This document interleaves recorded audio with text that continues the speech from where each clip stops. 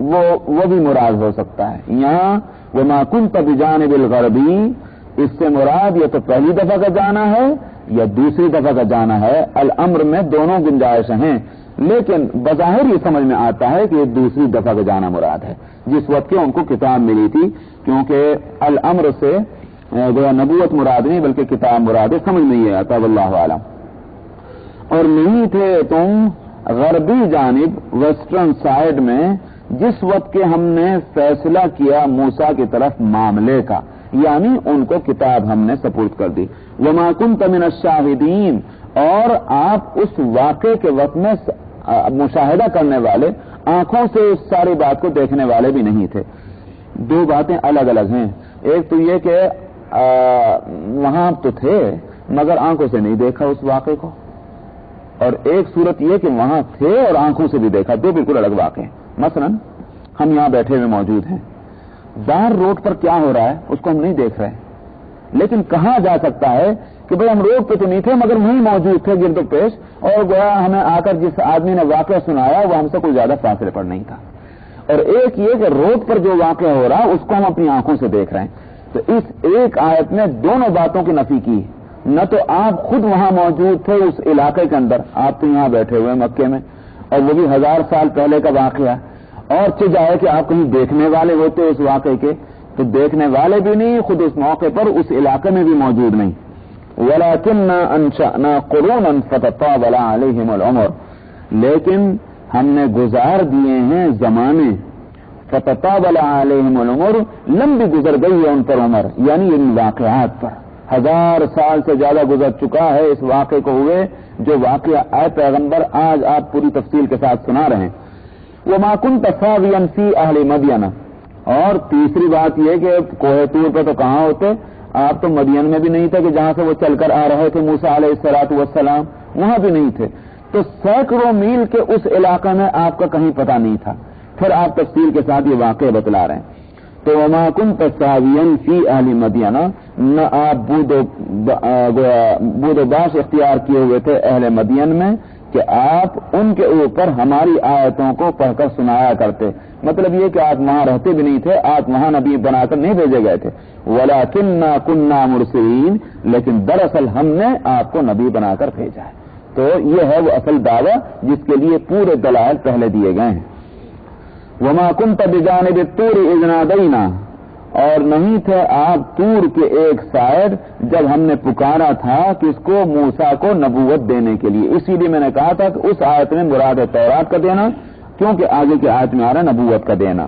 جب ہم نے پکارا موسیٰ کو، ولکن رحمتا من ربک لیکن تیرے رب کی مہربانی سے یہ ساری باتیں تجھ کو معلوم ہو گئی ہیں. کیوں؟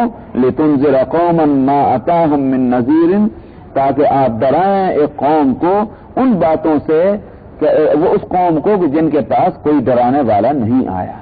مشرکین مکہ کے پاس کوئی نبی نہیں آیا تھا، یہ بھی امی تھے، ان پڑھ تھے، بے دین تھے. تو اس قوم کو آپ اللہ کے احکام سنا کر ڈرائیں.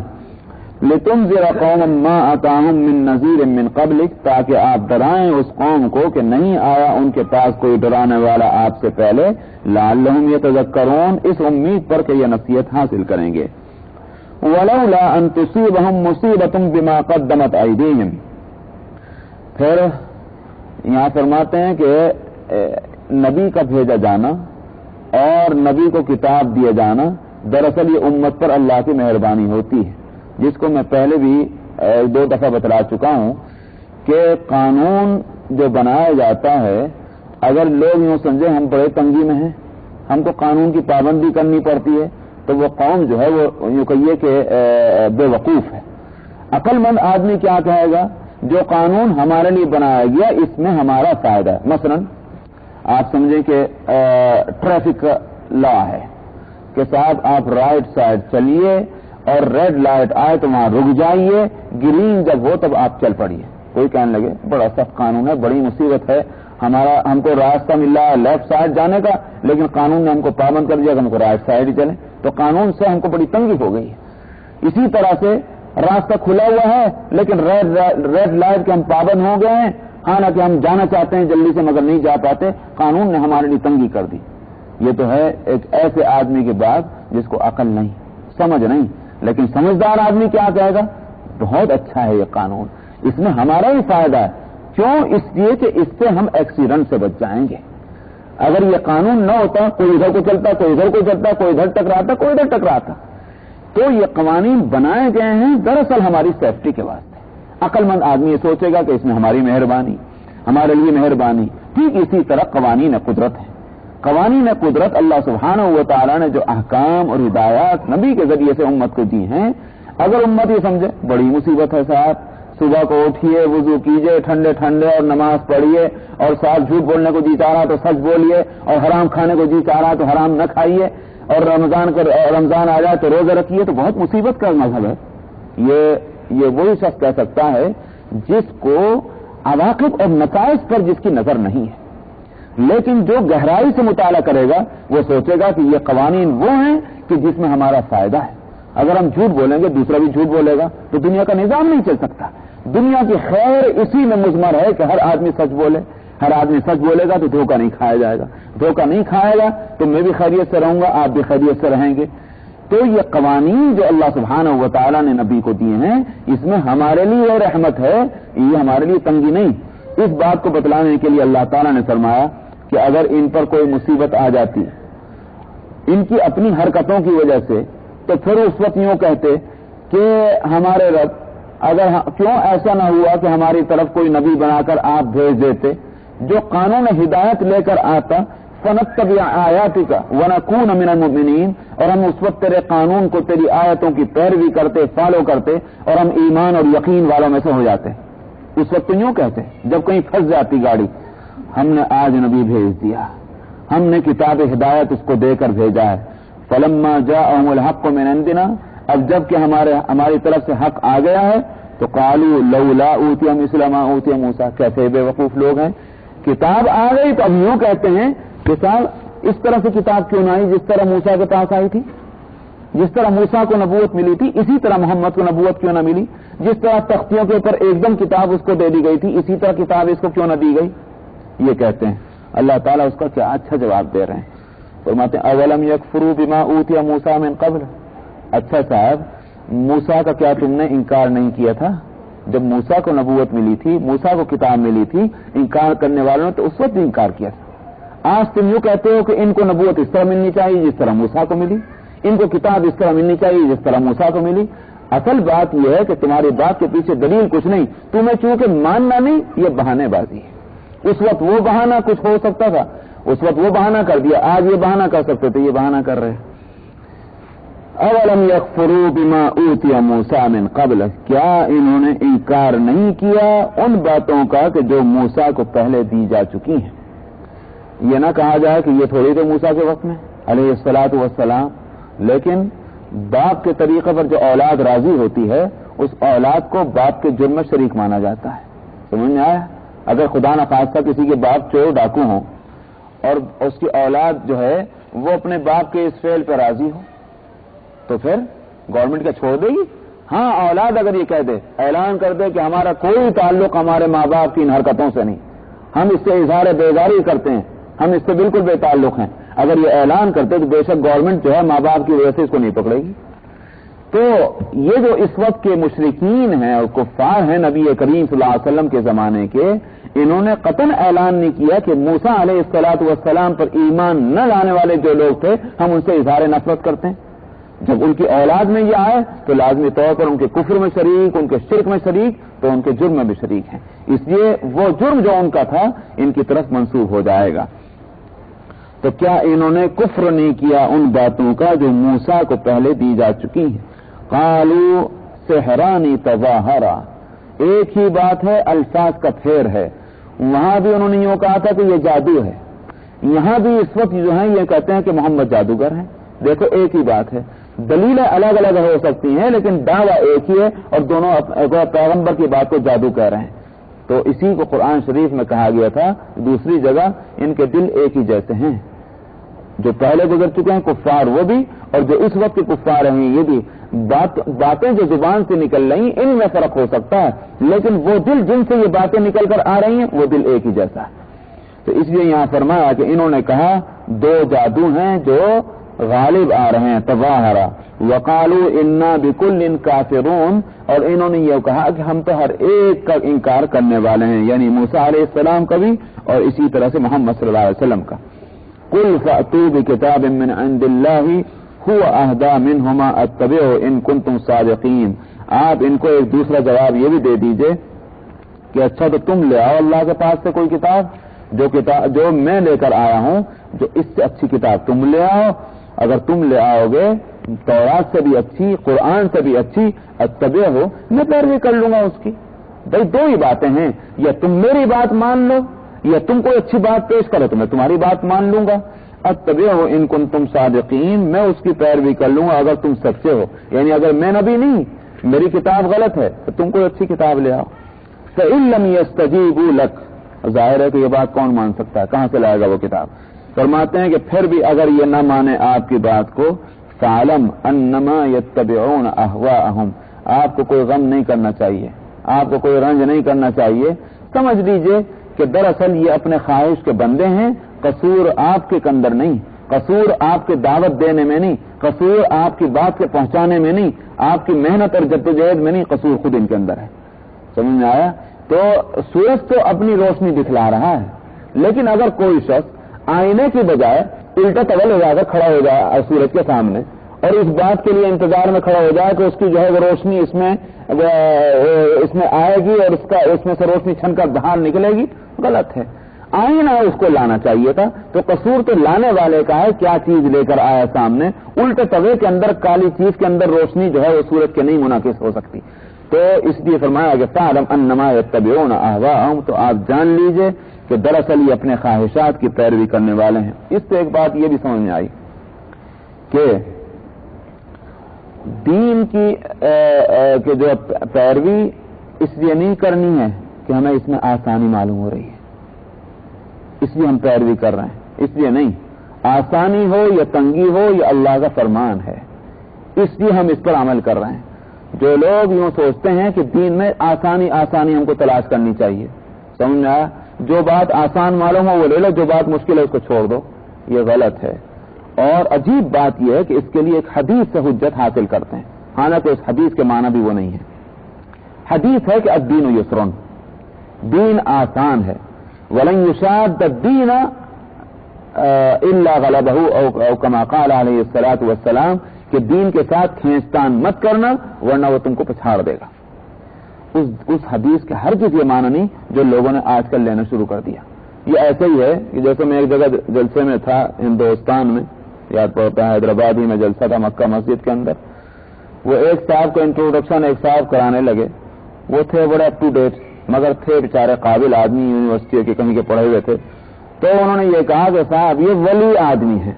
خیر بہرحال کسی کو ولی کہنے میں کوئی اشکال نہیں، مگر چونکہ ہندوستان کے ماحول میں یہ اشکال ہو سکتا تھا کہ بھائی ان کی صورت تو ولیوں کی ہے نہیں، تو لہذا کیا ہو.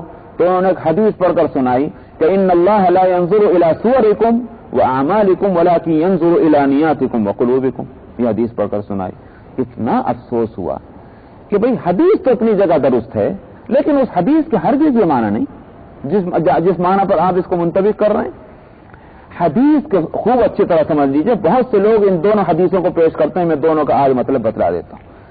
حدیث ان اللہ لا ينظر الى صورکم واموالکم ہے، بعض لوگ گڑبڑ کر دیتے ہیں، یہاں اعمالکم پڑھ دیتے ہیں. مشکات شریف کے اندر یہ حدیث ہے، وہاں دیکھ لیا جائے. جی والوانکم بھی ہے، واموالکم. ٹھیک ہے ٹھیک ہے، آپ اس کو پھر سے دیکھ لیجیے کہ الوانکم کے بھی لفظ آتے ہیں. ان اللہ لا ينظر الى صورکم والوانکم. اور بعض حدیثوں میں بعض کتابوں کے اندر الوانکم کی جگہ اموالکم بھی آیا. میں نہیں کہہ سکتا کہ لام میم سے بدل گیا ہے یا حقیقتاً نبی کریم صلی اللہ علیہ وسلم سے دونوں لفظ منقول ہیں، واللہ اعلم. تو اس کا ترجمہ یہ ہے کہ اللہ سبحانہ و تعالی نہیں دیکھتے ہیں یا نہیں دیکھیں گے، دونوں معنی ہو سکتے ہیں. اصل تو پہلے معنی رکھیے، نہیں دیکھتے ہیں تمہاری صورتوں کو اور تمہارے رنگوں کو، اور دوسرے اس معنی کے اعتبار سے تمہارے مالوں کو، لیکن وہ دیکھتے ہیں تمہارے دلوں کو اور تمہاری نیتوں کو. یہ ہے وہ ترجمہ اس حدیث کا.